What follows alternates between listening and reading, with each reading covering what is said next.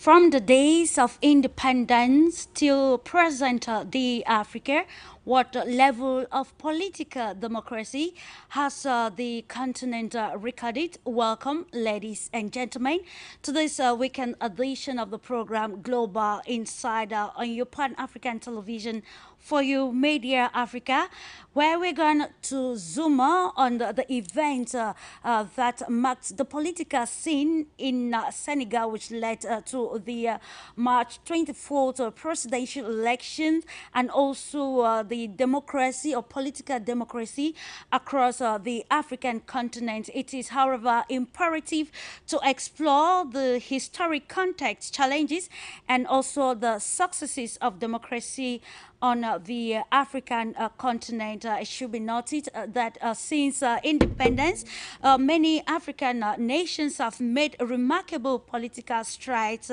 especially political democracy in establishing political processes and institutions. Countries like Senegal, Ghana, South Africa, Nigeria, among nations that have conducted multiple peaceful transitions of power through democratic elections, which actually set an example for the rest of the continent. However, it is essential to recognize that the path of democracy in Africa has not been without its challenges and setbacks. Instances of political unrest, corruption, and manipulation or infiltration of electoral processes have posed major obstacles to the consolidation of practical democratic principles across the continent. Political democracy can be defined, especially in the context of Africa, as a system of governance where power is vested in the people, where exercise or who exercise their political rights and participate in decision-making processes through free, fair, and regular elections.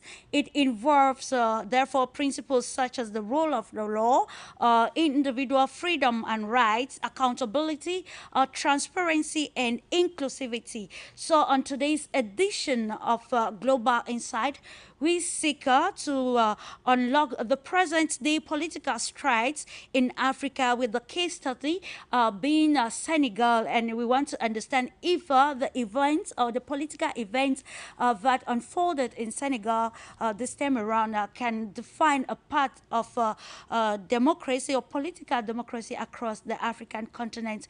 Can Africa now boast of political democracy? One of the questions we'll be answering in the course of this discursive and insightful program, Global Insight, only on For You Media Africa. I won't be doing this alone, so I'll go ahead to unveil this panel of experts that will help us bring more insight into our topic for discussion. Today, looking at political democracy in Africa, can we today say that indeed the continent has attained that milestone? And with the changing dynamics across the global world, where does Africa stand? What is Africa's agenda as far as the drive for political independence is concerned? You are most welcome again, ladies and gentlemen. I will kick off, of course. I'm here in the studio with Prof. JAVANS, who is CEO and founder Legacy Holdings Limited. Hello to you, JAVANS. It's a pleasure having you this day on For You Media Africa. Hello, Clarice. Hello, everyone. Good afternoon, Africa. I'm most excited to be with you and to share my perspective with the entire African continent on the advancement that the African continent is making with regards to the advancement of democracy in the continent and prioritizing the interests of the people. I know it's going to be an exciting 2 hours ahead of us, and we are going to be learning and sharing a lot as far as democracy is concerned in our continent. Thank you very much. Indeed, and and thank you. That is, of course, the objective of this discursive program for us to exchange, to share knowledge with one set objective to change narratives positively across the African continent. Let me take you now to the North African nation of Algeria. We're being joined by Professor LAEED ZAGHLAMI, who is actually a university professor in Algiers University. Hello to you, Professor. It's a pleasure having you for the first time, of course, on the Pan African television. It is for you, Media Africa. It's my pleasure too. Can you hear me? Sure, Professor. You are welcome to the program.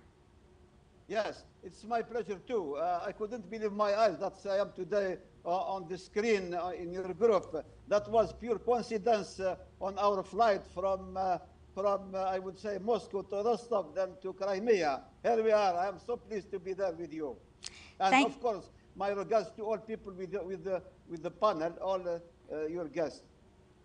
And thank you so much, of course, for accepting to share insight on this very important topic that we are analyzing this day.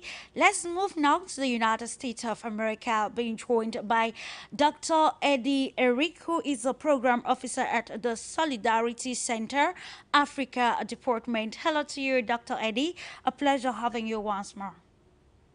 Thank you. It's always a pleasure to be with you, Clarice. And greetings also to Professor LAEED, who I meeting for the first time. And it's my pleasure also to see in you, my brother from Cameroon. Greetings, and we're happy to be here. Thank you so much for giving importance to this rendezvous, Dr. Eddie Eric, and we're looking forward to us having the best insightful program with the set goal of seeing Africa move forward practically. And we also welcome Presley EKANE, international relations expert. Hello to you, EKANE, and thanks for joining this day on the program Global Insight.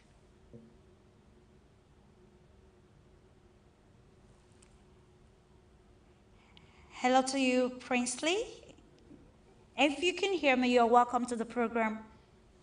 Yeah, thank you, Clarice, for having me on your program this afternoon. And it's a unique pleasure to have with me the other co-panelists, especially Professor LAEED, first time sharing a discursive panel with him. And my warm regards to Dr. Eddie and Mr. MBOFUNG. I look forward to an exciting debate this afternoon. And thank you for respecting this rendezvous, Presley EKANE. We will start out by analyzing the keywords on our topic this day. Of course, we're talking about democracy and, of course, political democracy. Let me kick off this discursive moment with you, Mr. EKANE. In your own perspective, what do you define as political democracy in the African context? Uh, thank you for having me once more. I would go straight away to say that, well, democracy, in my understanding, is power which is vested in the people or in the population of in the people or on the population of a state, and it's I do not think I'm very much of the opinion that the no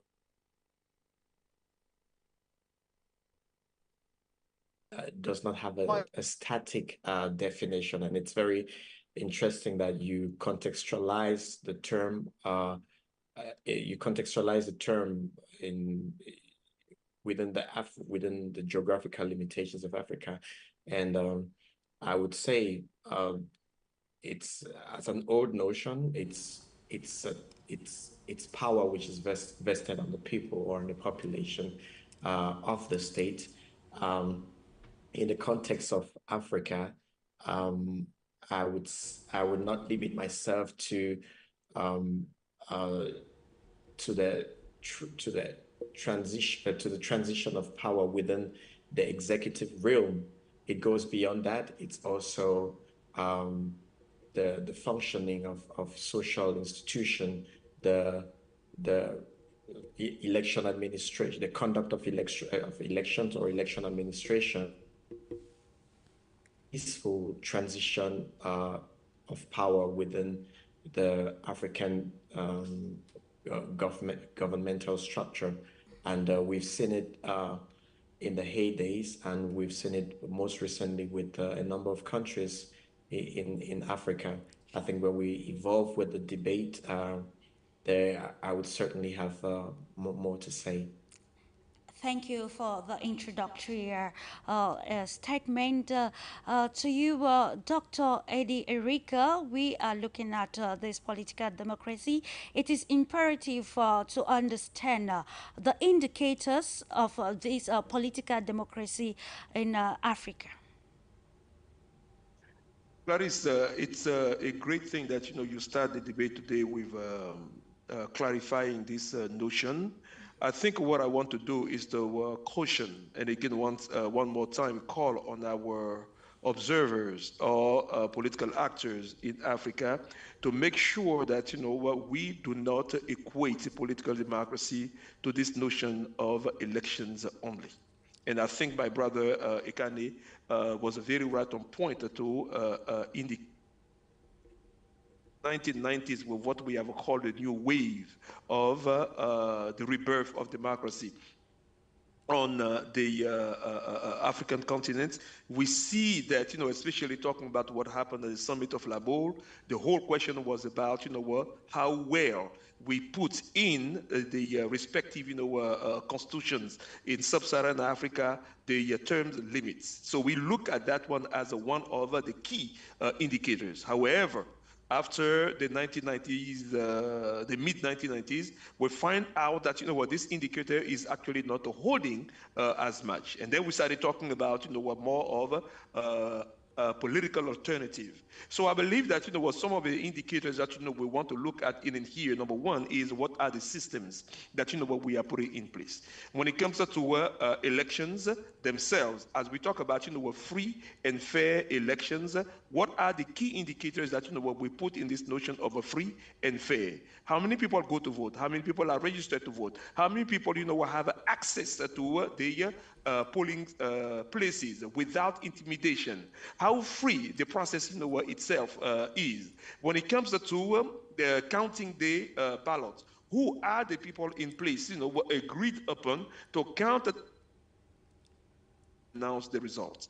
Even another indicator, Clarice, will also be the whole thing that but we see nowadays in most African countries after an election, when some candidates will call the potential winner to congratulate them, can also be used as an indicator, because it contributes to a peaceful transition of power or peaceful resolution of those elections. And then the last thing that I want to probably indicate in here also is the inclusive participation of people. It's a very, very, very key.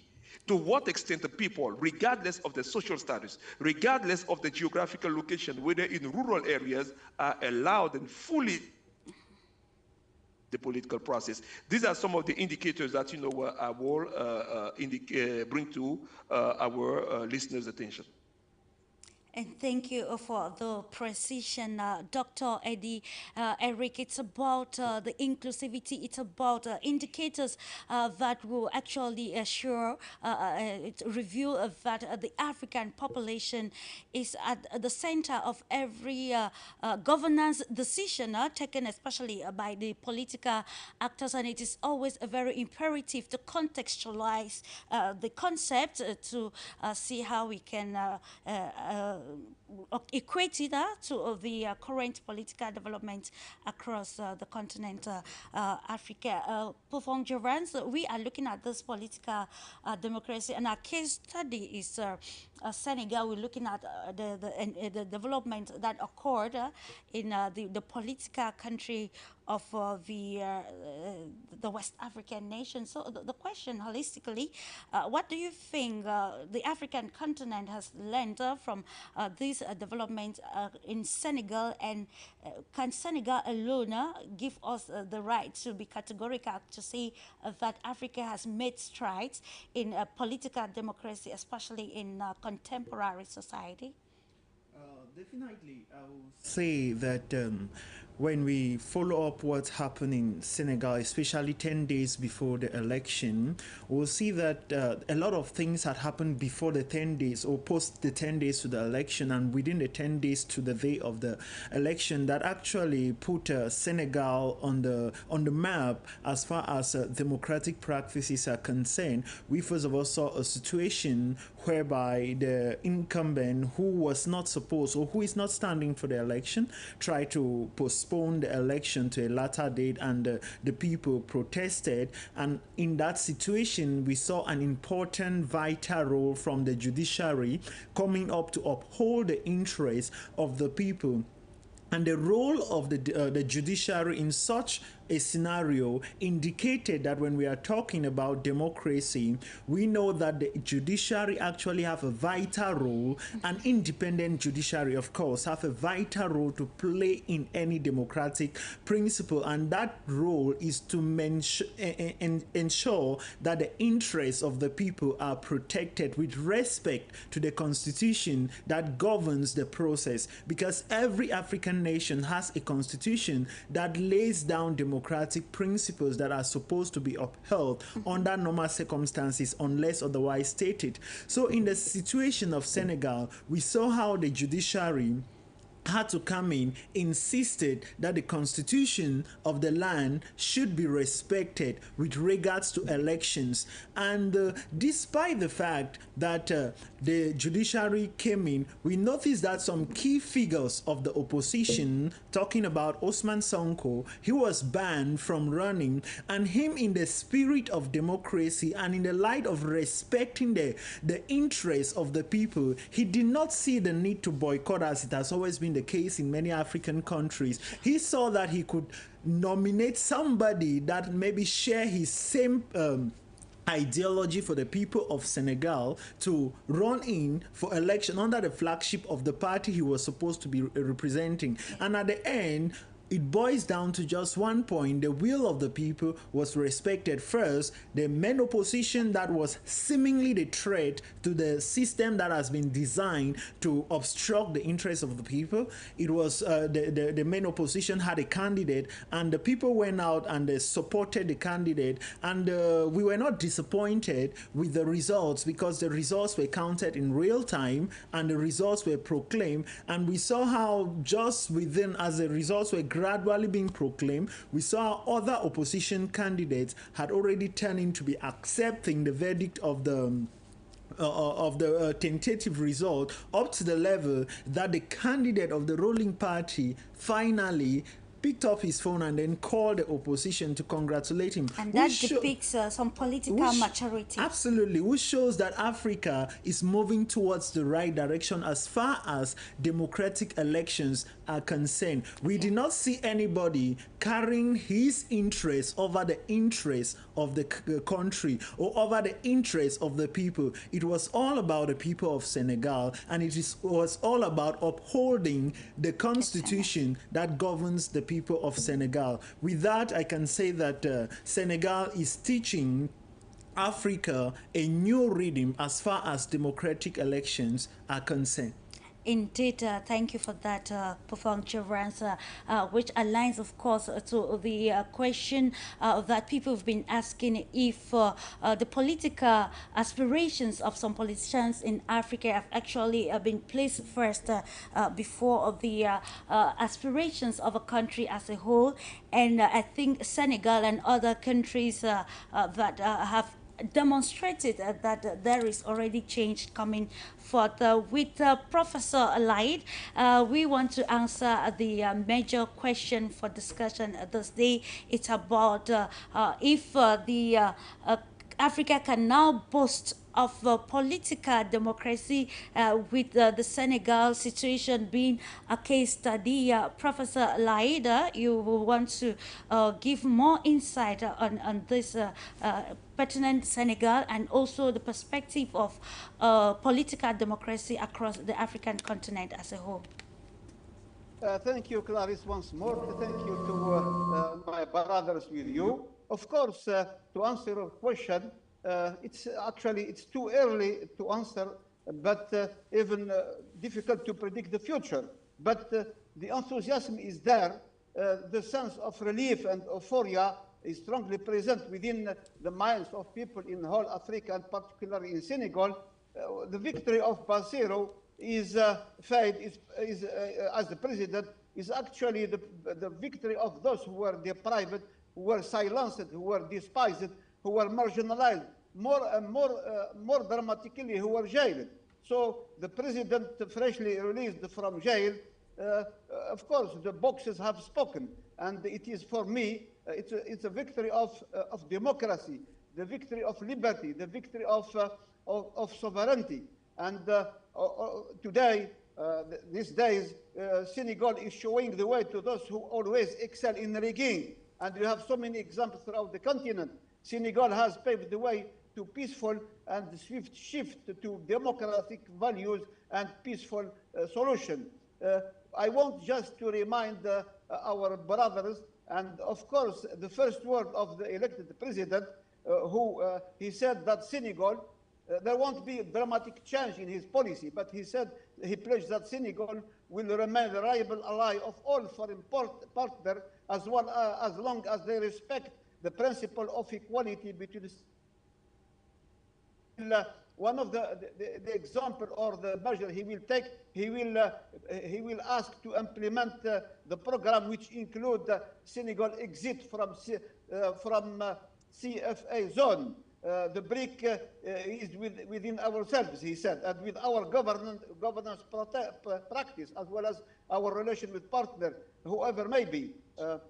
But anyhow, the partnership between Senegal and France, as an example, is a good one, but it needs to be revisited, because he said that we have to work on more win-win approach and on equitable position and cooperation. Senegal also, he added that Senegal will review certain trade agreements, like fishery agreement with France, on the defense agreement, with the aim of highly protecting the interest of Senegalese people. As I said, with the question of exit zone, he said it is not right, it is not logical that out of 55 countries, only 50 countries of Africa, only 14 have their own currency. So there is a need for currency, monetary, I would say, sovereignty. And here we speak about, of course, we speak about important source of financing, and when we should, he said that we are indebted to people and to the rest of the world. There is a level that you must be able to activate more fast towards, I would say, internal development, and this sovereignty cannot be renounced. It will be asserted, because of sovereignty of a country must be totally sovereign, not half of it. But of course, we have to ask question after the euphoria of his election.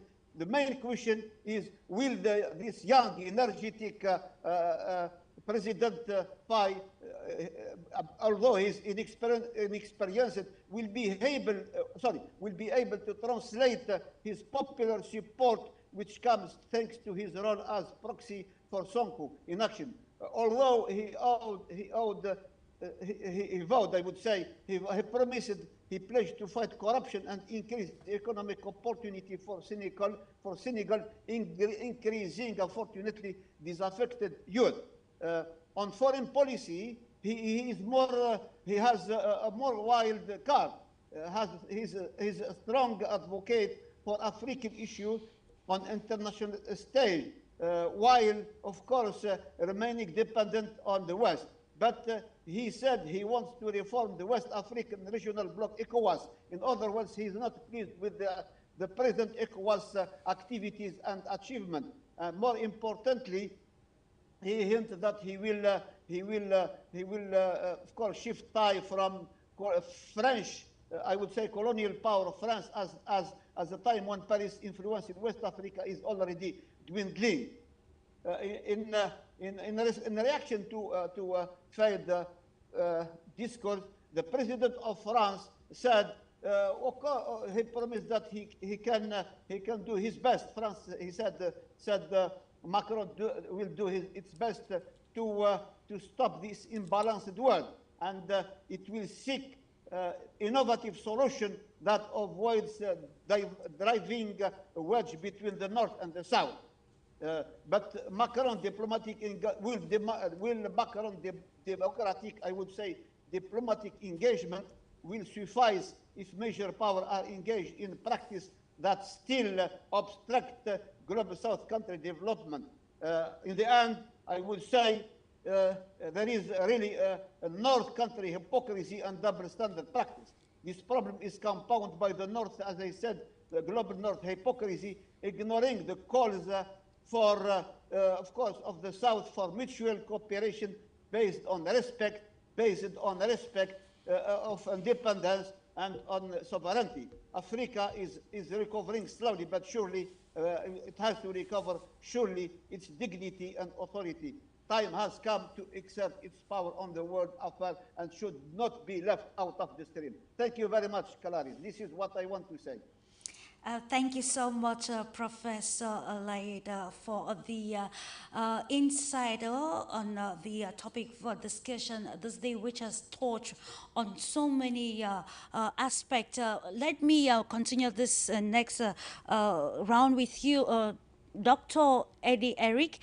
We've listened keenly to some points highlighted by Professor LAEED in his presentation regarding the development in Senegal and the African continent as a whole.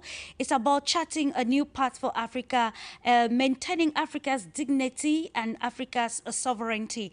I would like if you comment, especially on the aspect of foreign policy as far as the political decisions of the country and continent is concerned. Dr. Eddie, taking from the presentation Professor LAEED just made right now. Thank you, Clarice. You know, during the campaign or in, let's say, the years leading to all the successive events that we saw in Senegal that even led to Ousmane Sonko and the recently rated. Some of the issues that were raised included Senegal's posture in the international arena. Let us not forget that Senegal, under Macky Sall, has joined the group of ECOWAS leaders to impose heavy sanctions on Mali, Burkina Faso, and Niger following the military coups in those countries. Worse than that, they also approved of closing their ports. For some countries like Mali, as I know, the port of Senegal, where Dakar was actually the entry point for many of their products, and closing that kind of deprived those countries of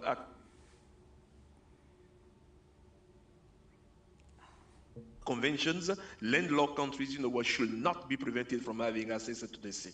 I think these are some of the international issues that, in terms of a foreign policy, that the new leadership in Senegal will have to tackle and deal with. We are hearing from numerous young people on social media and other sources of information about, as young as they are, if the current president Bassirou, the new president, who is going to be sworn into office on the 3rd of April, will have the clout enough to remove Senegal and have a strong position when it comes to dealing with France, when it comes to dealing with the ECOWAS countries, and even helping to change course in the ways in which ECOWAS have been dealing with the issues of stability and even enforcing the protocols on democracy in the region. And I believe that this is one of the challenges as well at that level. Of course, the big question that Professor LAEED also levied is the question of the French CFA, which remained for the past 20 years and more the vivid topic. We'll have to question.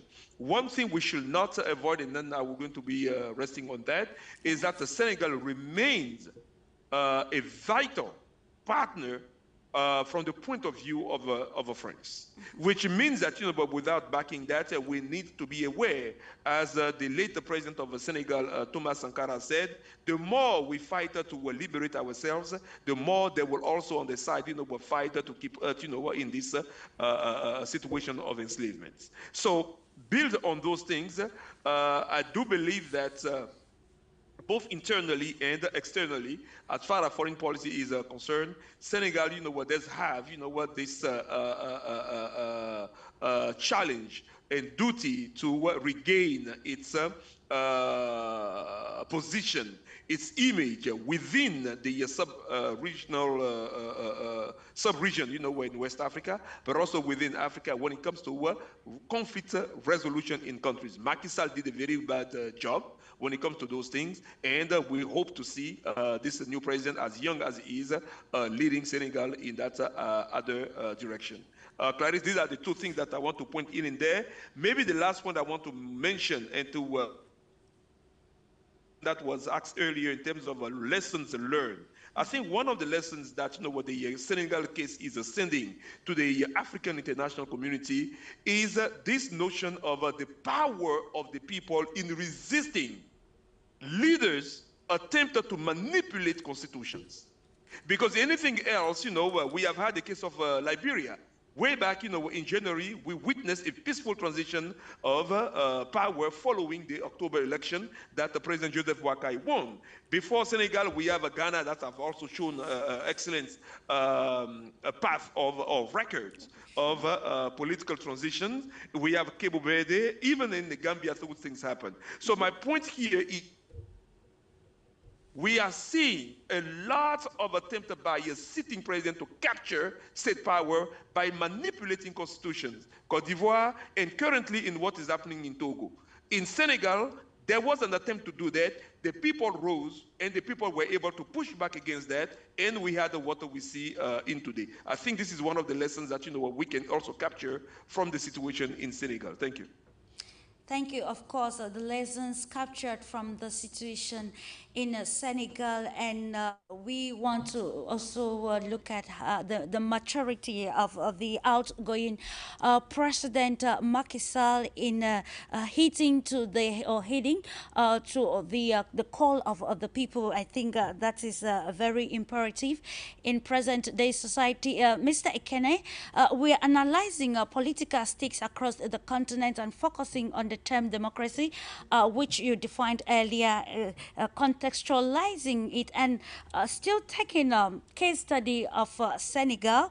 Now, how can we maybe redefine or reunite principles of democracy that will actually wipe out instances of violent demonstrations, especially across political lines, because with the current changes, we see new countries carving their spheres of interest or influence across Africa.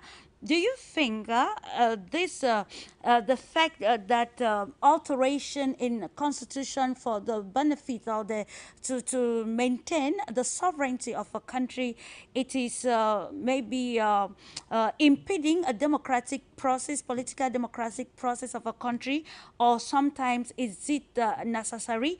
And if maybe to add to this question, what do you think is the best principle to put in place that can warrant changes in the case where the sovereignty or the interest of an autonomous state is at stake?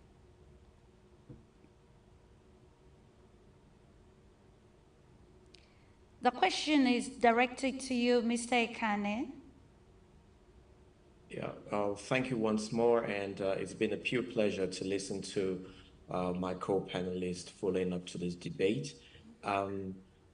Firstly, I would give a categorical no about altering constitutions, because when you alter constitutions, then you roll back a people to a path that they don't want, because the constitution is a guiding path of a nation, and a constitution is not the preserve of a system or of a person. It's a guiding it's a roadmap, also it's a guiding principle to democracy, if I should say so, to a nation. But it's very important to, I want to lean on Dr. Edi's point earlier when he mentioned in his attempt or in his definition of democracy. I was very impressed when he talked about indicators, because for far too long with Africans have focused a lot on the peaceful transition of leadership as the main element of democracy. No, we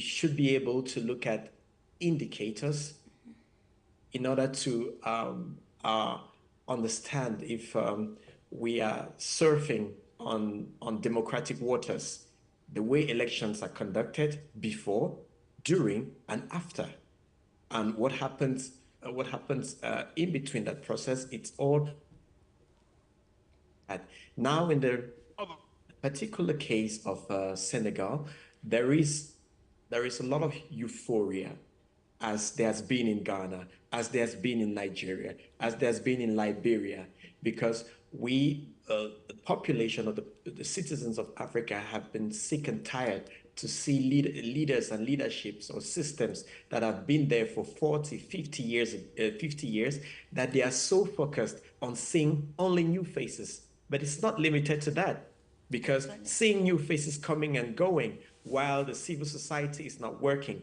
while roads are not built, while the systems are not functioning, while the education is not serving a people, then there is a big problem. So the focus should shift from just saying one leader comes and one leader succeeding another. We have to focus on the leadership, on the conduct of leadership, the conduct of governance, and how that trickles down to the different components of society. I think then that is when we would have a satisfactory mark sheet for our African governments. And in the particular case of Senegal, it's a pleasure to see a buoyant young man, 44 years, acceding to power, but it's also a challenge. It's too simplistic to talk about, I mean, to lay down so many reforms at the same time. But the challenges are there. There's been diplomatic ties with Western countries, in particular France. It's too simplistic to say, okay, we'll kick away the France CFA. There is a lot of job to be done. Sure. There is a lot of job to be done on a diplomatic level. And it doesn't take only Senegal to discuss the question of the CFA. So on the sub-regional level or on the regional level, there needs to be leadership discussion. There needs to be cohesion in discussing these issues. On a security level, a peaceful transition of power in Senegal is not enough when there is a problem in the Sahel region. So on the security level, there's job on the table for the new leadership in Senegal.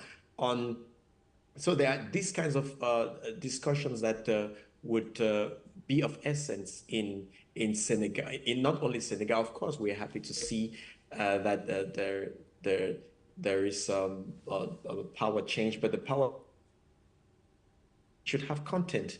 It's not, we're satisfied to have a leader, but we would be unsatisfied to have a leader who is pushed by a wave of populism. We want a job done in these countries. And we believe, because he comes with the buoyancy of youth, and we believe that we're giving him a chance, because older people have been there for 60 years and they've probably achieved little or nothing. So why not give him a chance and see what he has to do? But it would be a very huge trap. It would be such a big trap to just outline so many things that he wants to do. When in practice, it would not be very easy, but we wish him well. Indeed, wishing the new leadership well in Senegal. And while you were analyzing, I think of there was a debate we held regarding political rhetorics, how politicians sometimes have very captivating electoral promises, but when it comes to delivering, it becomes problematic, which takes me to the next question directed to you, Prof. JAVANS. We saw the promises, of course, in a professor's presentation, and also the facts already highlighted by you all regarding what the new leadership of Senegal wants to do as he takes over the mantle of leadership in that country. And we earlier talked about the indicators of democracy. We highlighted inclusivity, even the rule of law, end to corruption, and even, of course, certain things that will lead to the fulfillment, wind down. It will wind down to a real practical development witnessed on the ground. Let's analyze these aspects of the financial independence of countries. There's a political revolution. I call it a political revolution across the African continent at the moment.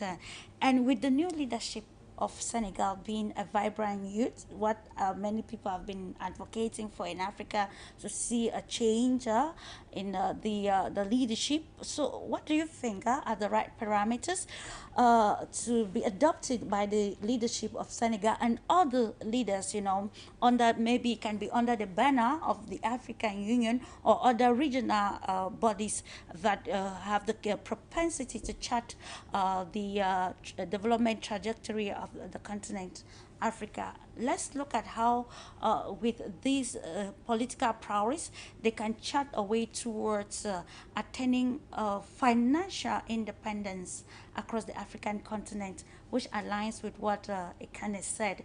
It's not just about outlining that you have to quit the zone, the French zone, or quit using this currency, but what are those things practically that will see that these countries can gradually become financially independent, that will boost all the sectors in the country and continent as a whole? Thank you, Clarice. I think I'll start this by looking at a very critical point that we always ignore in the African political space, whereby we look at the promises and we don't look at the accountability. Many people come to power during their campaigns. They give us mouth-watering promises, and at the end, they are voted to power. When they are sworn in, they believe that leadership is about themselves and power. They forget about what prompted or what actually the road they took to power. So now, if to say that a leader actually consider his or her journey to power, then the leader would definitely know that there are some aspects that the people that sent him to power will use to hold him accountable. And in Africa and in the world at large, there are many aspects that people can use in holding leaders accountable. But now we have noticed in Africa that at times the people that actually establish that process of leadership, they become so powerless that they cannot hold their leaders accountable. In such situations, the military at times step in to maybe hold the leaders accountable by maybe organizing or orchestrating a military coup d'etat. So now, when you look at the scenario in Senegal and in other African countries, and the margin at which those people, or maybe the leaders that are being voted into power, are coming into power, and the way the interests of the people is being protected, then we should already have that understanding that there is a high possibility that the same people that voted a leader can hold the leader accountable. Sure. Because if to say that the judiciary, in the case of Senegal, did protect the interests of the people, that means if the people go out again on the street, then definitely the judiciary will prove their independence to uphold the needs of the people, thereby holding their leader accountable. We have always seen this situation in many many African countries whereby the executive is not separated from the judiciary, neither are they separated from the legislative.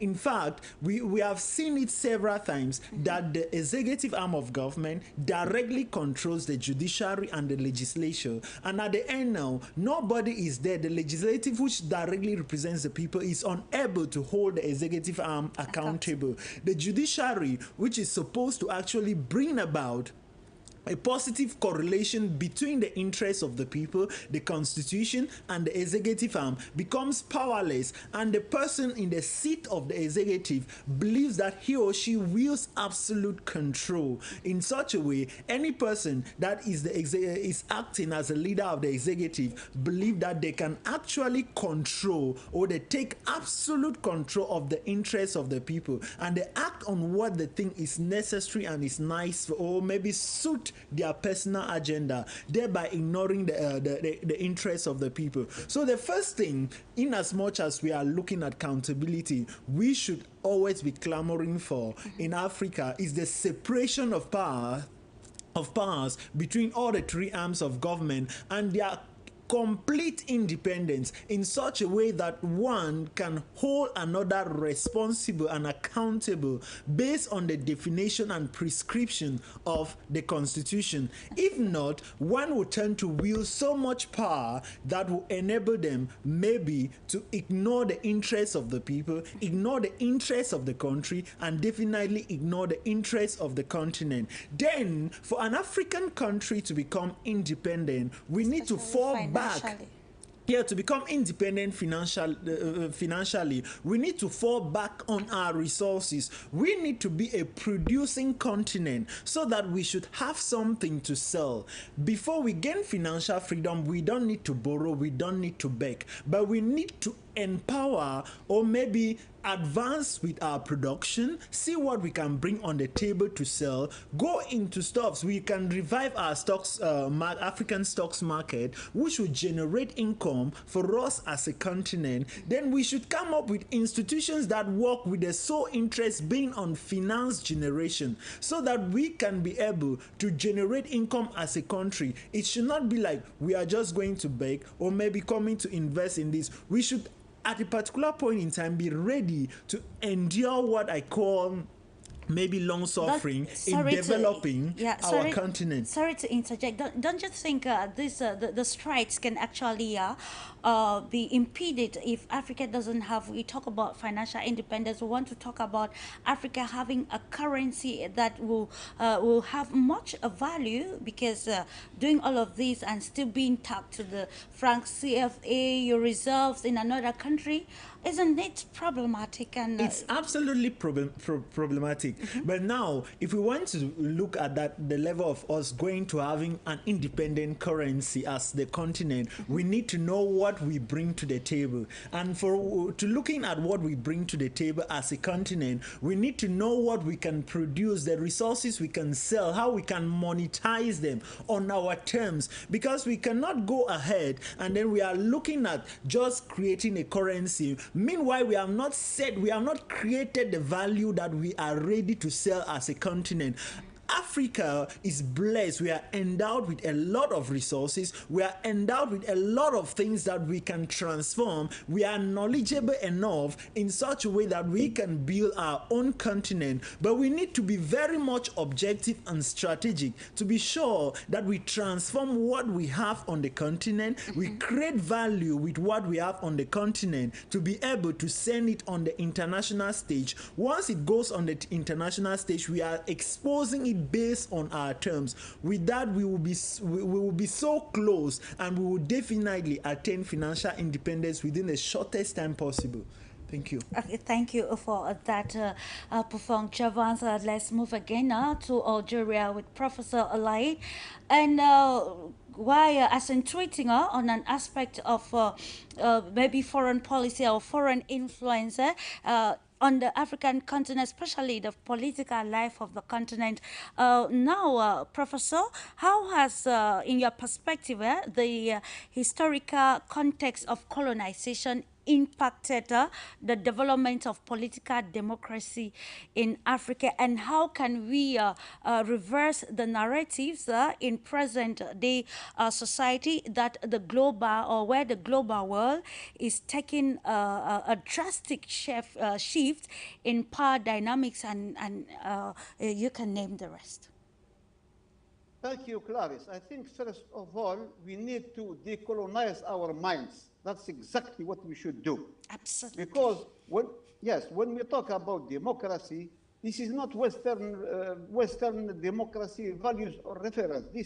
We should be innovative. We should be sincere. We should be original in our way of defining our own democracy according to our own values, our own principles, our own particularity and specificity. That's why we should break with the meaning, with being always linked or referred to Western democracy. This Western democracy, my dear friends and brother and sister, is in decline, is no more a reference. We should have this in mind. We in Africa, we are a continent of promises, of optimism. We should remove all our Afro-pessimism to more optimism. That's why we should stop complaining and behaving like giving a lesson to others. Now, this is of the past.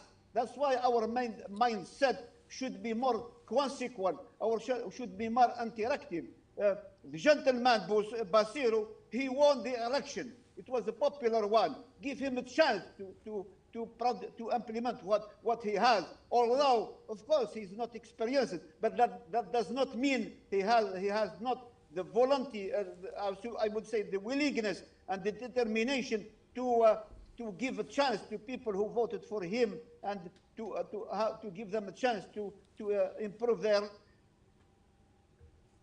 rightly. Now, I understand that Senegal has played a vital role to maintain some kind of, let's make it clear, post-colonial French presence in that part of Africa. And Senegal, as mentioned, our brothers, played a key role in obstructing solution within what happened in Niger, Mali, Burkina Faso. They imposed sanctions through ECOWAS. ECOWAS, by the way, I have to say, as professor and observer, ECOWAS has been an arm and a wing of the French, I would say the Western countries, but particularly the French, to use it to abuse and exert power on African countries. So the question is, we have to ask ourselves, why we are not recovering our own dignity. So now we should speak as a sovereign country. It's done at the African Union in Addis Ababa. I give you some example. First of all, this question of African Free Trade Association. This is for the African market. This is very important. Another element, another achievement, another project worldwide appreciated. The free movement of people, of persons, this is in the way. A diplomatic passport. More importantly, the Agenda 2063. This is a dream, of course, but it can be implemented slowly but surely. Africa, the ultimatum of African, I would say, Agenda 2063. It's for prosper Africa, for secure Africa, for powerful Africa. So please don't get into details. We have to have a wide range, a wide view and vision. We have to envisage that Africa is. I don't understand. 55 countries still are not members of this Security Council. We are victim of the colonialism. We are victim of the colonial justice and justice. So I think now time has come. We speak out our mind. We speak face to face on the equal basis with mutual respect. That's what we should. I'm thinking about Algeria, for instance. We have been talking. Our president, our authority, have always advocated win-win debate, win-win election, face-to-face discussion, no kind of complex of inferiority whatsoever. Confidence on yourself, get self-confidence. That's what is important. You have to remove all kinds of dependence. And this question of CFA, it's another, unfortunately, image of of the sequel, the heritage, the legacy of colonialism in Africa. Africa now should be removed from, should make an end to all this kind of colonization, one way or the other. Let me stay with you, Professor LAEED, of course, decolonizing the African mind. And you talked about the countries in the Sahel region, and I think the process of decolonizing the mind is on the way from the decisions taken by the Mali, Niger, and Burkina Faso. Now it's a political drive on the continent Africa. What explains the fact that the other continent or the continent in totality have not or has not rallied behind these countries which have taken a bold step towards taking back or wanting to attain that real independence in practice, especially political independence and economic independence, to be at the center of every decision taken that patterns the future of the respective countries. What is still holding back other countries from aligning with this new wind of change, which seems to be positive? This is according to opinions of many political actors across the African continent. Frankly and sincerely, Clarice, if we have to blame, I am saying on my own perception, we have to blame because we have a weak leadership in the African Union. That's we have to admit. We have a very weak leadership within the African Union. This is why we have a weak leadership in the African Union. We have no coordination and the Regional Economic Commission. That's again another Achilles problem. If we have had this, you wouldn't have happened all these key things. And what happened in, as you said, mentioned Mali, Niger, Burkina Faso, Guinea, and so forth. And for paradoxically, I would say, or ironically, people on the street praised this coup d'etat. They praised it. What does it mean? It means these people who are still in power, and I am not being cynical to support coup d'etat, but all I am saying, those people who took power by force, because there was a lot of injustice, there was a lot of corruption and mismanagement. So what I want to say, Africa needs to review the whole process of electing its leader, and especially at the top of the African Union. I would say the main center of decision, but on the basis of equality, on the basis of competency, and on the basis of efficiency. That has been lacking for so much. That's why there are a lot of, as you said, drift within this and that, and a lot of interference. I give you the example of Sahel. In Sahel, for instance, Clarice, in Sahel, situation in Sahel, there are over 16 initiatives. African Union, USA, China, European Union, I would say some states from Gulf state, I would say, of course, Russia, even Turkey, United Arab Emirates. So there are so many people intervening them. So, and African Union has nothing done to condemn their presence. So one way or the other, African Union has come into some kind of collusion with foreign countries to let, because of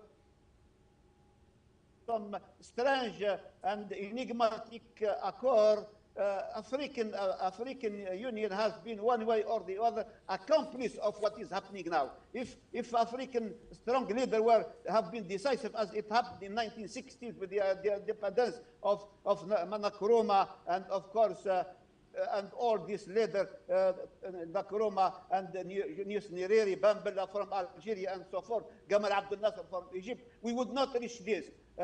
Unfortunately, we should be ashamed of what we have been doing so far. Those leaders who have really betrayed the ideals of African Union Organization 1960s, and we changed it 20 years later. On 2002, we have a new African Union Organization. But insofar, a lot of mismanagement, a lot of corruption, and a lot of some tricky arrangement with foreigners, especially with Africa, I would say with the European Union. So if we have to blame ourselves and our leader who have not done nothing to keep, to safeguard and to secure some kind of independence, of dignity of our role as African strong, the continent of the future with 55 countries who has no voice in the world affairs.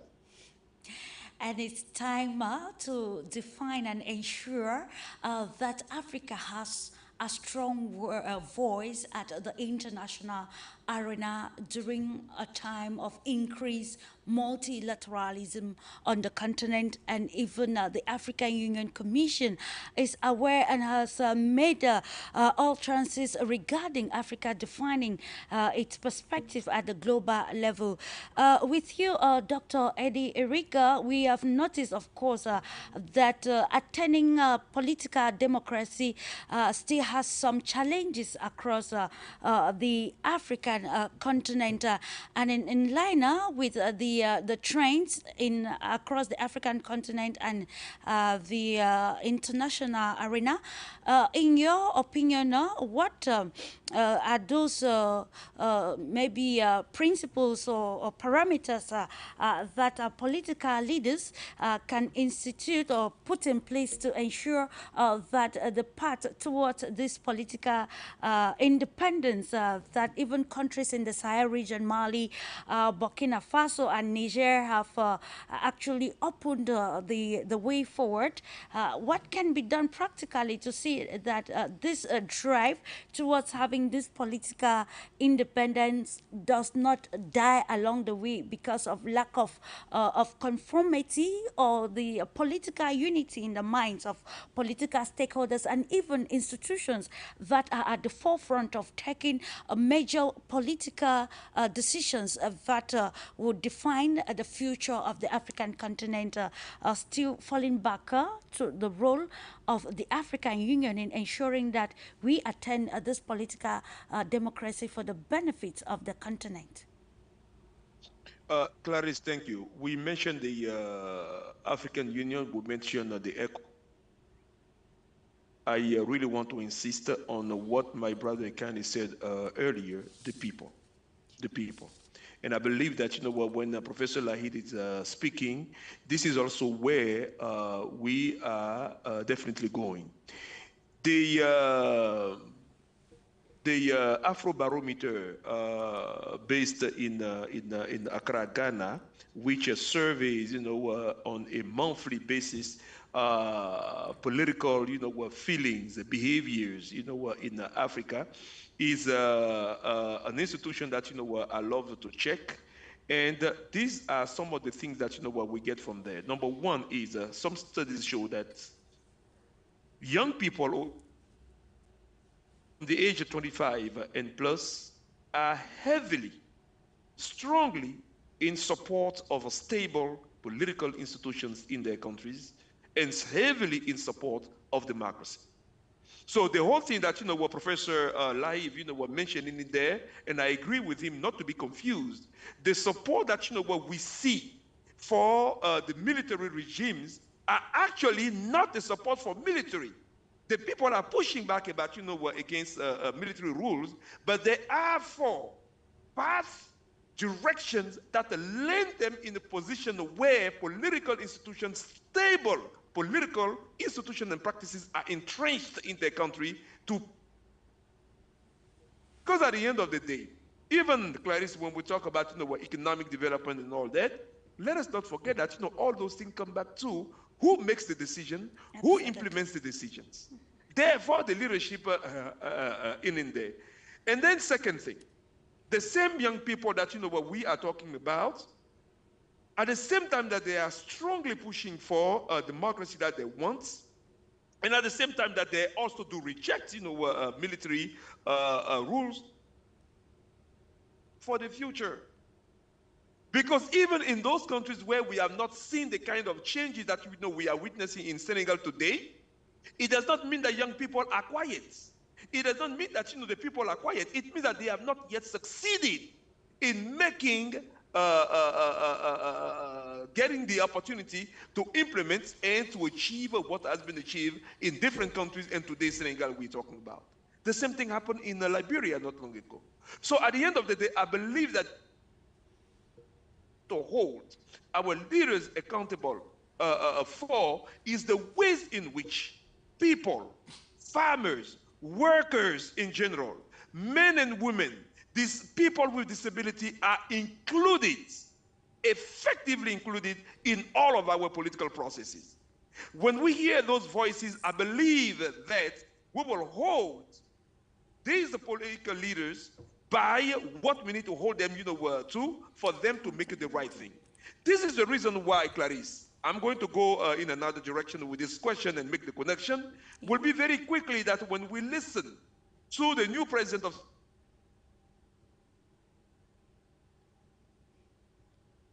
in the light of what happened to that country leading to the elections. That is true. But then at the same time, holding leaders accountable, Macky Sall should be held accountable for whatever happened. Why? He almost put the country out of its own path that we know of it, by making decisions that he was not supposed to make, by making unilateral decisions, by enacting the parliament to pass a decision unilaterally, jeopardizing the country and the number of people, young people that died.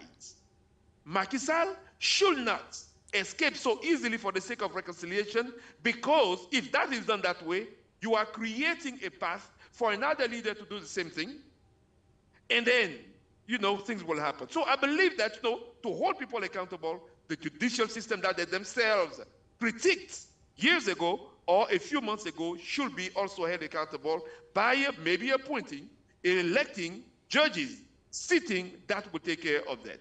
Last point I want to make very quickly, Clarice, on that one as well. I want to push back against a little bit my brother in the studio when he talked about, what the financial growth for Africa or the financial freedom. We know what we are producing today, and we are bringing a lot to the table. Absolutely. We are bringing a lot to the table. There is no need for us to find out what we are bringing to the table. We know what we are bringing to the table. Listen, when it comes to the currency, for instance, the specialists, Nabucco from Togo and Professor Agbowu from Cote d'Ivoire, make it simple that for them, creating a currency is just an act of words, a parliamentary act, because when you look at all the constitutions in African countries, the parliament is actually in charge of passing a decision regarding the currency, regarding budgets. It's just a decision to decide that, hey, we are living in here, we are creating this. There are plenty of specialists to do that. Is it just a signature for some of them, as they describe it? But do we have the political will to do those kind of things? That's where the question, what lies, and that's where the question is. And then, yeah, that's the point that I wanted to push back against. This kind of statement that President Clinton made in 1992, saying that, Africa can be marginalized international. It was at the summit with the World Trade Organization, saying that, Africa represents only 2% of world trade, of the world trade, and therefore it can be marginalized. And we do have a problem with that, or we did have a problem with that at the time. We know what Africa produces, and we know what, we want to bring to the table. And this is the reason why we need to leverage, right, the African continental free trade agreement as a power thing. And that's where we are also waiting to see what the new authorities in Senegal will be doing to enact that, and making sure that, what the continental free trade agreement becomes truly effective, takes care of what, what including, what workers' voices in that to move forward. So these are the things that, I will say in terms of how we are able to hold these leaders accountable and making sure that, what we are progressing toward this political democracy or this political freedom. For me, there is no political freedom without an economic freedom, without the freedom of the people. All those things come into place into one. Years ago, when the Americans were fighting against the British, at the Congress here in Philadelphia, they did empower George Washington to do what? raised an army, number one, but at the same time, they did also create their own currency to move away from the British pounds. Yeah. All of those things come to guarantee the independence or the sovereignty of a nation. And they even decided, what? We are not going to follow this monarchy. We are creating a republic. So these are things cannot be separated. And Clarice, I wanted to rest on this note for that particular question. Thank you for that. Just to remind our viewers joining us that you are on For You Media Africa and the program Global Insider. Today, Africa on the spotlight, and we are analyzing political democracy. How has the politics in Africa influenced development in the political sphere, economic and social sphere, and how has the trends in the changing world actually changed or is changing perspectives, especially the mindset across the continent Africa. Prof. JAVANS, I continue the insightful discursive program with you. In line with the point advocated by Dr. Eddie Eric and Professor, we want to look now at how maybe the role of the civil society and even the African diaspora in accompanying the political leaders into taking the decisions that will ensure total freedom. You know, we can't have economic independence if there is no political independence. We have identified that there is a lack of that political will in Africa and most African countries. What is that thing that is making our leaders or making it very difficult for our leaders to take decisions or to bring forth a strong political will that will ensure them into engaging into alliances or partnerships or decisions, taking decisions that will open the African continent for greater exploit, given the fact that the continent is on the spotlight, even as the geopolitical stakes are taking different shifts in contemporary Africa or society? Let me start by, first of all, appreciating the role of the civil society and the diaspora, the African diaspora, as far as key decisions in the African continent are concerned. We know that in Africa, we have documented freedom of speech, which at times for people based in Africa, it becomes a little bit so difficult for them to actually express the freedom of speech. Most of the people based in Africa will say that there is freedom of speech, but there is no freedom after speech. But when you look at the role of the civil society and the Africans in the diaspora, they have actually been upholding the rights of the people. They have actually been a great part of advocacy as far as the interests of the people are concerned, and they are so much enlightened about the plight of the African people, and both institutions have never at a point in time neglected the interests of the African people. Come to think of the lack of will or the consciousness of African leaders when they are elected, what actually limit them from maybe taking decisions that will actually push Africa to attain a level which we all desire of.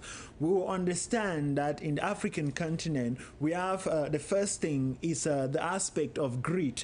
Many leaders possess this aspect of greed, whereby they are conscious of what they need to do to push an advanced agenda ahead, but they choose to think about themselves, their immediate families, and maybe what will happen to them when they are not more on the seat of leadership. And many who tends to think about what will happen to them when they are not more on the seat of leadership tend to create mechanisms that are seemingly supposed to keep them in that position of leadership for a lifetime, which somehow hamper the economy and the development of the African continent. Secondly, we know that most of them, when they are running their campaigns, they sign agreements. It can be agreements that will lead them to fund, or some kind of agreements with some individuals, corporations, governments that are seemingly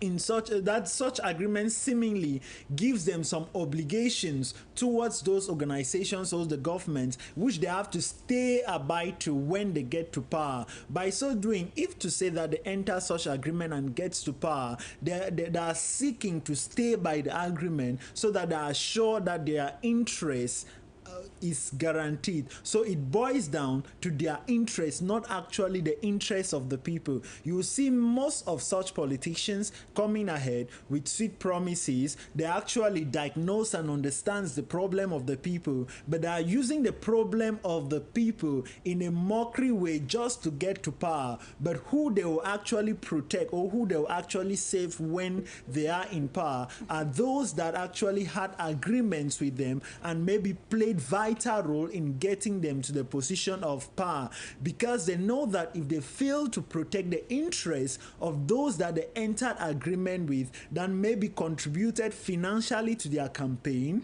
or maybe technologically to their campaign, they risk losing their position. So they protect their interests and the interests of those that have specific undefined agreements with them. Most of these agreements are never disclosed to the masses. The masses are used just as a tool to give them the room to get to power to fulfill these agreements. So most often than not, you see that those that runs for positions in Africa, during their campaigns, they show a proper mastery of the African problem, but when they get into power, they lack the confidence, or you see that there is absolutely no confidence or no willingness from their part, simply because they have entangled themselves in their post-power period with some kind of agreements which they are abounding to when they have already gotten to power. But in all, we are generally, as Professor LAEED said, we are giving a general a general confidence on those that we are giving them the possibility to lead us,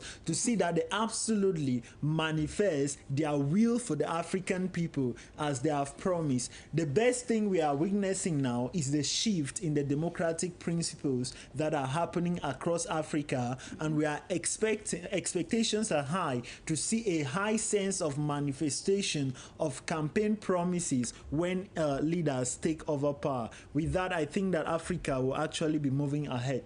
Indeed, a leadership that puts the interest of the people first. While talking, of course, we come now to you with Mr. EKANE. We want to look at how political rhetorics actually derailing political independence and political democracy in Africa. Of course, we are asking if Africa can now boast of democracy, political democracy, and it is largely that there is still a lot that needs to be done. If all the indicators of political democracy are not met, there is still much work to be done, both by political leaders, by the civil society, and other actors involved in charting a clear trajectory for the continent Africa. So now let's look at how political rhetorics across the African continent is derailing democratic, political democracy, and also political independence across the African continent. This is having an introspect of those factors that affect the political growth of the continent rather than focusing on the external influences on the continent.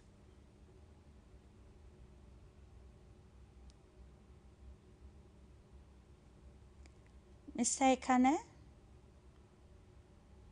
Yeah, thank you once more. I would like to state in line with Professor LAEED, the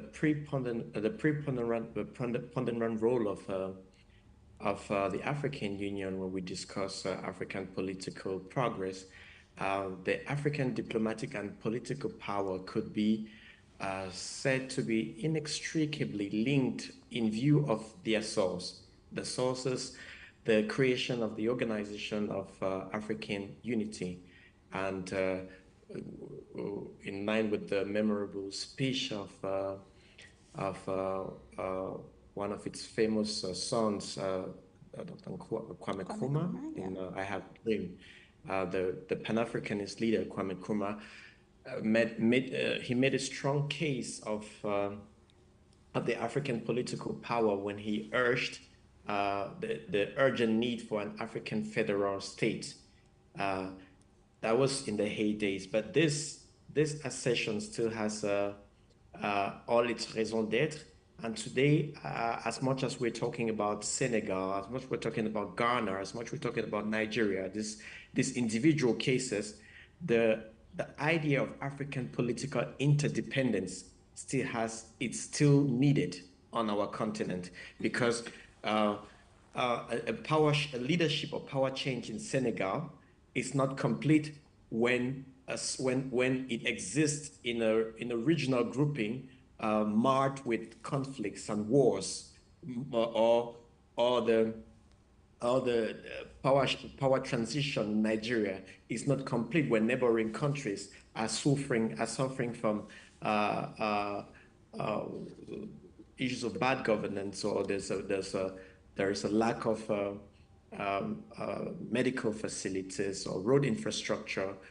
So there must be a trickle-down effect. I like to say that the positive political behaviorism begets a certain kind of social conduct, or what I call social democracy. And I still like to lean on Dr. Edi's points before me, where he mentioned the idea of a trickle-down effect. The idea of a trickle-down effect where power change in our countries should have an effect right up to right up to our mothers, plowing the rough roads from the farms to the markets. So we cannot. That's not to dismiss the fact that there hasn't been progress. There has been a progress, but it's a process. And I beg a little bit to disagree with my co-panelist, Dr. MBOFUNG, who seemed to be hailing the work of the civil society. The civil society in Africa, of course, it is working, but I think I would say it's on its renaissance course, because in the last decades, the civil society had nothing to write home about, whether in Cameroon or there's a rise of consciousness, which is a good thing. And now you have a population holding leaders accountable. They have had a new interest in electoral processes. They've had a new desire to hold leadership accountable. They've had they now ask for these social amenities as hospitals, as schools, and their voices are rising, which is a good thing. So we would give credit to what is being done, but we say there's still a lot that needs to be done. And then now it invites us to the role of the African Union, that as much as we celebrate new political leaderships in Africa, it's the notion of a shared voice, a political shared voice in Africa is still needed. That is why when you talk about at the diplomatic level, at the financial level, you cannot talk about the CFA and make it a preserve of the new Senegalese executive or leadership. It's just one man who needs a common voice at the regional level and at the continental level. And again, we beg as Africans that we cannot keep using singular cases, to beef up our euphoria. It is time, in my opinion, that one of these countries, whether Nigeria, should hold what they call a political baton, a political command, that when we sit on the table of the African Union, there should be, in as much as we're having a collective voice, but there should be polls to lead that voice. So if Senegal, with the buoyancy of the new president, Bassirou, we are begging who can lead in projecting Africa's voice, because this is a big problem today. It is worrisome to see a country like Nigeria, which boasts of one of the first economists in Africa, Yeah. but whose leadership cannot be an echoing leadership. So we want to see, as we see elsewhere, where you find probably Macron, he uses his energy to project his voice. We want to see that too in Africa, where in discussive panels, where in diplomatic fora, we want to see leaders who can discuss the conflicts in the Sahel region, who can discuss conflicts and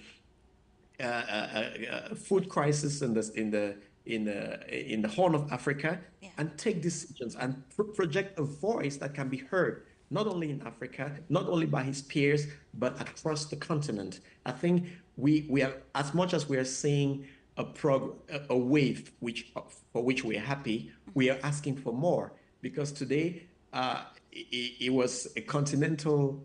It was Senegal's victory Yeah. on democracy, but it was a continental happiness. The youths, you go on the internet, on Facebook, everybody is reappropriating Senegal's Milestone, yeah.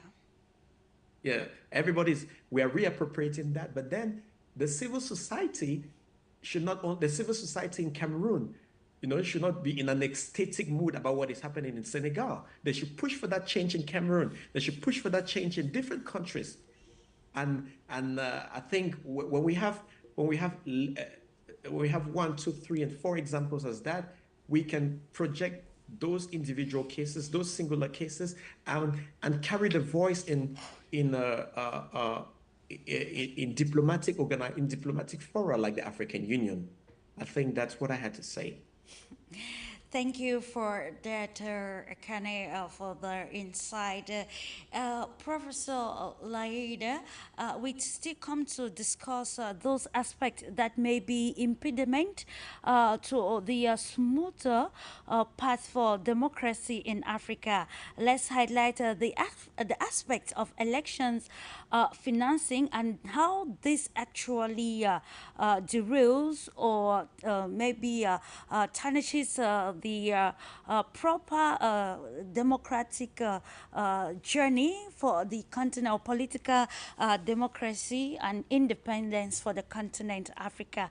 Where can we place the aspect of especially external financing of electoral campaigns, and how these actually derails a continent's drive towards political autonomy and maybe economic and even social independence and aspects pertaining the country and the continent as a whole. Thank you, Clarice. As my brother said already, election is one aspect of democracy to start with. We have to remind again and again. Election has to be, of course, to be honest, and in order to be honest, you have to secure all the conditions for its honesty and its sincerity and its professionalism. Having said that, election, of course, should reflect the will of the majority. That's what we should have. That's exactly what we should have. But to get the expression and the emanation of the majority, we should provide all the mechanism and the instrument that secure that. Financing is a key issue. And before talking about financing, when organizing an election, we should set up, as we have seen you and me, Clarice, the Electoral Commission or Centralized Commission of Election in Russia, as we have in Algeria, the Independent Commission for Election. So we should have this body with independent people who are convinced and convicted to defending democracy, defending the voice of the people. So besides this authority, then we have to set up the kind of the process of election. Everyone can be elected, but we have to set some kind of guidelines and rules. And of course, if I take the example of my country, anyone, if you are standing for election in local or provincial or general election, you should have some kind of requirement. It means you have to get, I would say, 100,000 people vote for, supporting you, application of support. Then if you get the minimum required, this number, that at least guarantee that it's a fair competition. Now for the election, as it happened, for the financing of election as it happened elsewhere, we have money from being involved in the election. Of course, in this case, we will have rich people, rich voter, I would say, voter against those who are poor. But here again, we have to get some kind of monitoring to check every sense involved. And of course, we have to make transparent the process of financing, and there should be an auditing process to avoid any kind of influencing the election process. But overall, election is a serious matter, has to be organized from the financing one, from the legislative one, from the political one, and more importantly, give a chance to those who are on the competition, on the race for media campaign. So overall, there is a lot of pedagogy about it. And on the top of that, bodies in charge should look into and check the accuracy and the pertinence and, of course, the exactitude of what is going on. But we have, after all, to prevent dirty money from being involved in the election process. Thank you so much, Professor LAEED. Over to you, Dr. Eddie Eric. We are charting the way forward for Africa. And do you think it is necessary, where the world is a global village and international relations, of course, is increasing, and see countries, even in Africa, taking new development partners or international partners. Do you think on the path towards charting this clear trajectory, political trajectory for Africa, is it necessary to involve, of course, the international community? Do they have the capacity to be able to ensure that there is a consolidation of strong democratic principles across the African continent? Of course, this question somehow it's problematic at the same time, but then I think there is need to discuss, given that globalization has taken another dimension. As long as the process is independently and also from the point of view of sovereignty controlled by the Africans and having an upper say, there is, I will say, absolutely nothing wrong with that, Here are the reasons why I'm saying this. Number one, regardless of the states and the status of African countries' participation in international institutions, as Professor LAEED mentioned earlier, and which is accurate, whether it is at the United Nations or any other international institution, international bodies that what we do have, Africans' voice in those decision makings are very void, which means that it is willingly that the African countries sign those international agreements, bilateral agreements, first of all, among themselves, with their, neighbors, and also in the sub-region. It can be the ECOWAS, it can be the East African community, it can be SADC, and then also at the international level. Any country, whether it is an African country, is a European country, an Asian country, or an American country, is concerned with the fact that, in this is this sense of what? Of honor. Everybody wants to do the right thing. In an arena where nobody wants to be tagged, or nobody wants to be ostracized. Nobody wants to be pushed aside or regarded as not doing X, Y, and Z. We take the case of human rights violation, for instance. When we see what is happening in Palestine today, it is not just the Palestinians or the people from the Arab world or the Middle East and the North African countries that are, expressing or voicing the outcry or the disappointment with what they're seeing. It is Africans also. And we have seen that with the Africans, for instance, in the case of Ukraine, even when they were called, whereas 10, 15 years ago, it was easy for the African country to vote in bulk whenever there was a decision aligning, therefore, with a France or other country or the Western powers. It has changed lately. Many countries have dragged their feet. What am I saying in here is the diplomatic angle that should not be missed in here. And because those African countries are signing those international conventions in this world in which we live, therefore, inviting this international community, for instance, to observe an election is not wrong. The problem that, what we have been denouncing, and I agree with him on his reading of the civil society in Africa, is clear, is that, there has been no say of this civil society. Matter of fact, the African civil society did exist, but its role has been to just do what?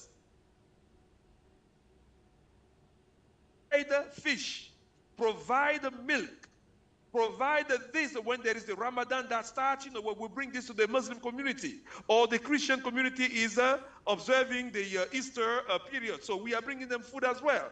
It has been in that. It has not been consistent to know that the civil society organizations are also political actors, and even though they don't have candidates and they should not support political candidates, they have a role to play in educating the masses, right? Contributing to civic engagement. And that's where some of the civil society political actors today in Africa are doing, and this is showing good sign. Statistically speaking, from the 1990s, if you want the period from the 1960s to the 1980s or early 1990s, it was just that a small number. But go by the United Nations Economic and Social Community or section, you will see that exist today on the African continent that are trying at least to hold government accountable. It is still weak, but I still believe, and I'm on the side of the people who believe that, if we strengthen the civil society in Africa, we will be in a better position to hold leaders accountable. So when it comes to elections, again, observing the election, the intervention of the international community, do they have the capacity? Sometimes no. Not in terms of the logistics. They do come with a lot of money, but they do not have the cultural competence in here sometimes. This is also part of capacity.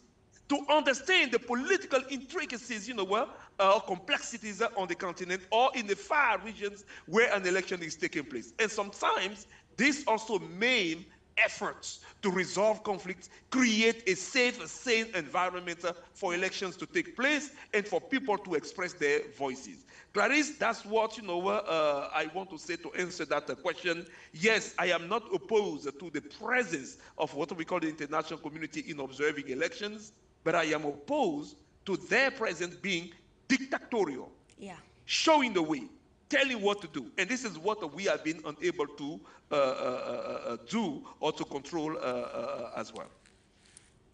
And I think the time is now to ensure that we have the solution to the problems affecting and derailing the transformation of the African continent. We are almost culminating, Prof. JAVANS, just maybe a concluding statement regarding our topic for discussion this day. Of course, there's another live program that will be holding just in some minutes. Yeah. What can I say?